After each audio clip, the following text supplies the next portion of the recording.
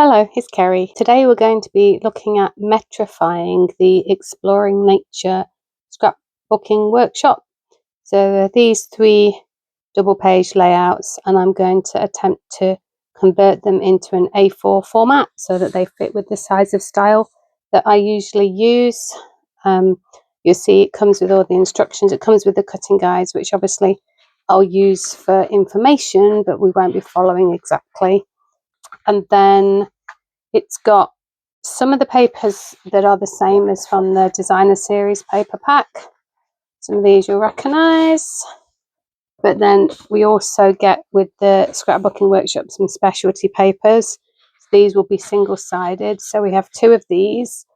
And I noticed that they've got a square frame around. So probably what we'll do is we'll cut off one edge and then ours will look like it just has a large frame going the whole way around. If that doesn't work, I'll look at getting a pen and drawing this in. It's quite straightforward. It's just two very fine lines for that one. And then we also have this distressed paper, two of those.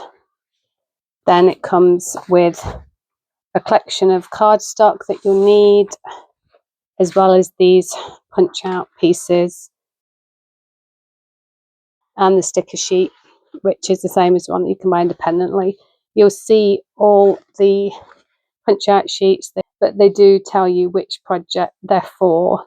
So I'm going to start with project 1, which is this one with that crumb cake distressed paper, some that looks like Secret Sea, maybe just cardstock there, and then we've got these shapes punched out. So I'll have to work out what size these can be to fit across an A4, and then we can go from there. I've mostly cut the papers now, and obviously I've had to decrease the width of the pages because we're working into an A4 format, which is proportionally narrower. So that means that everything that's wide has had to be reduced, which means that I do have spare bits of paper afterwards. What I've done is I've made each of these 6 centimeters, I think, and I've left one at the original, well, it's not the original width, but it is wider because it fits with this. I just cut those side edges off this one, and then I've made that one the same width as this one, and then these are all going to be more like portrait style photos. So this is where we're up to. I ended up taking 8 millimeters off each of these, and that now means that we can run the paper kind of between these 2 points. So although it's not exactly central to the page, it looks good and it works and nothing looks wonky. Just grab my ruler so I can give you the right dimensions. So these ones are now 7.5, the wider ones, and the narrower ones, yes, I was correct, as 6. What I'm going to do now is ink up all the edges and get these stuck down, and then we can have a look at embellishing. Stuck all the papers down now. Here and here are not fully attached because we need to tuck some embellishments potentially over or under. That one definitely has got some that goes over and some that goes under. What I'm going to do first though is cut out some white cards to be the photo mats so we can see what size dimensions we end up with those, and then it will be on to sticking down these embellishments, which won't take very long because everything's already made for us. I've popped the photo mats down. I didn't have to take too much off them in the end, so we're at 7.4 by 7.4 centimeters, which is just under 3 by 3, and then 6 centimeters by 7.4. So they are similar dimensions as you would from an iPhone photograph. And then I've prepared all the bits that need to be stuck down. This I just cut so it was about 5 millimeters either side, smaller than that one per the cutting guide. So we're going to stick that in, and then we can do the embellishing. So in the picture, this is just sticking out a little bit from under the tabs, this is a place we can write stuff. So there's actually 2 journaling spots on this layout. If you've got a lot to say. Let's just straighten that up with my ruler. That will do, I think. And then we need to just put a bit of glue under here because that I'd left that flapping about because that needed to go on. So for this side, it's the longer of the 2 banners, and then it's these 2 border pieces. So I've just cut them out off the cardstock, well, with the sticker back still on while we're having a fiddle. That is the longer of the 2 banner pieces. Now we might decide that this is too long, which I think probably it is. Let's try the shorter one, and then we could cut the longer one further down and then save that for using on a bonus layout, which is my plan, to try and have a bonus layout. Yeah, actually I think that will be fine. I don't think I'm going to ink the border pieces, but I did ink that, so maybe we'll do this one. I think we'll go glue for this for slideability. I'll bring the ruler back in to try and make sure it's nice and straight. So you want it somewhere like this, I think. Actually, I don't think we do need the ruler. If we trust that these are in a straight line, we can just line it up to that. And I did use the ruler for those, so hopefully. And then it said to cut these in half. So what I've done is I've cut them each half of the width of the paper. So an A4 piece of paper is 21 centimeters wide. So I cut these to 10.5, which I'm hoping is going to give us the right sort of distance, but it doesn't actually look like it is. So it looks like we're going to need to go a bit further back. So that one will be something like that. And then this one, it shows as being more in line with the blue banner, so that's probably okay like that. And then we've got a couple of stickers to put on top. Shall we do this one first? And then whatever's overhanging we can just trim off the end. So sort of quite near the top of the blue banner, something like that. Now I didn't de-stick this, so it's super sticky. Let's just quickly see if we can get it lined up so it's actually straight. It'll be fine. That one's hanging off there a little bit, and then this one, I think we're just going to tessellate up against it, something like that. So on the layout it looks like it comes basically to the inner point of that banner tail, and then I'm just nudging it up against the bottom of the mountain border sticker, as it calls it in the instructions. And this is the Argyle border sticker, which I think I can see why it's called that. And then I have all the other stickers stuck to my leg here ready to go. So the first piece we need is this beautiful day, which I really like this. I'm going to put some ink around the edge of this one. Even though it's been stuck to my trousers, it's still super sticky. And this should be, kind of shows it kind of level with the blue banner. I think what I might do, because I feel like I need to centre it up here, that probably is the most important thing, to centre to the photo rather than alignment with the banner. So I'm going to get my tweezers and I'm going to probably pop it in about like that. There, that will do. And then we've got 2 little stickers, no limits and no boundaries. Don't let my kids hear us say that. So no limits comes sort of in by the Y.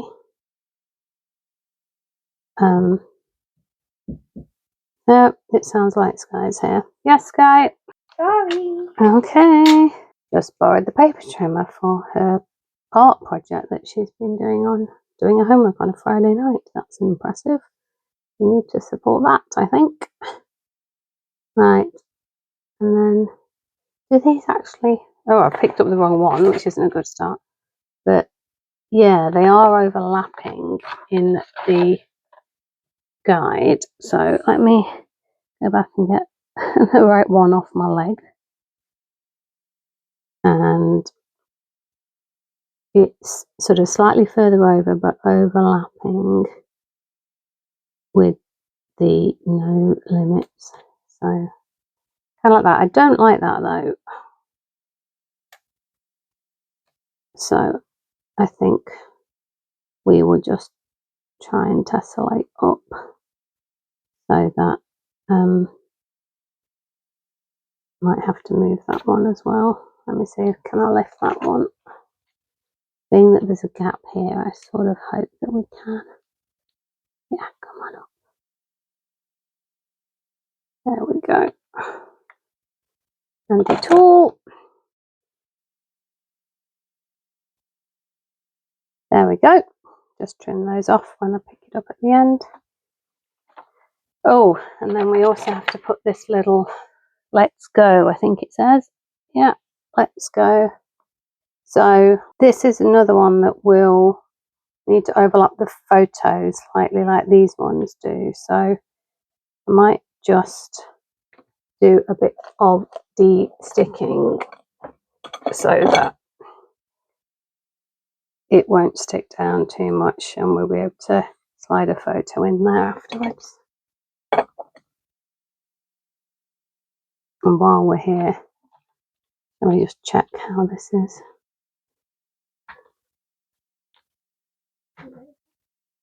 In a photo in under there.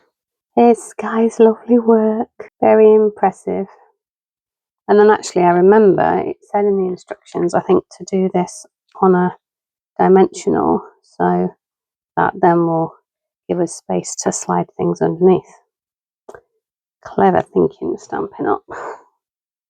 And we pop that like that, and then space for our photo to go underneath. Right, that one is done now. So come onto the other side. I've made a mistake here. I assumed we would need half, but we don't, because that one is supposed to come to about here. So what we're going to have to do is cut this piece off and fudge it together, which isn't ideal.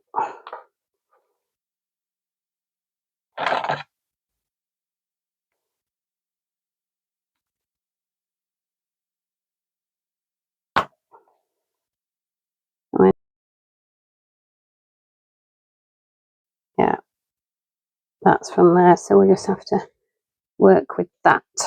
Right, so we decided that we were going to use a smaller blue banner here, so it actually needs to be just slightly wider than where this ended up. So if I grab my pencil, it needs to be to about there, and then what I'm going to do is fold this over and use it as a template, so then I can see where I need to cut. So then the depth of the chevron banner tail is identical on both sides. Trying to find a way to hold it. Yep, there we go. So now this is another spare bit we've got for bonus project. Right, so this needs to go in under here. I think we can give this a go with the tape runner, and we want it just keeping out a smidge.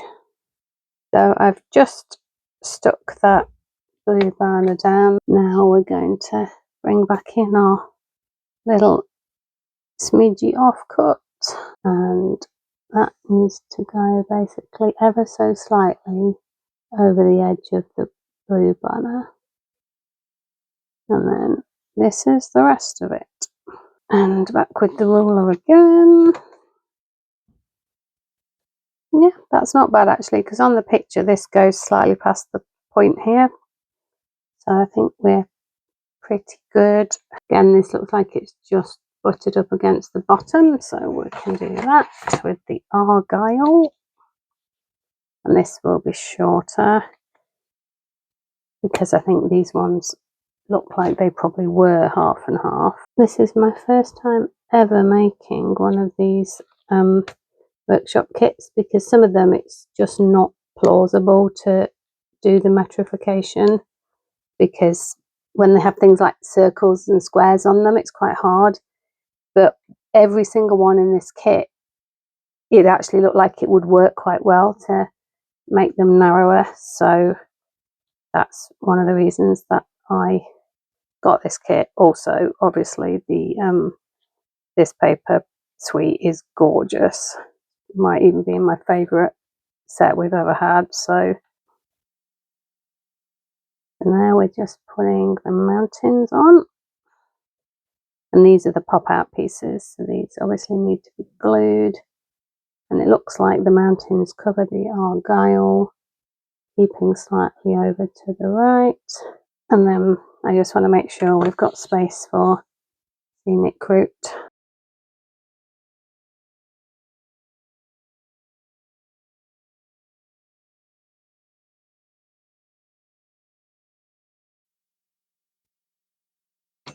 Maybe we just need to bring it a smidge lower.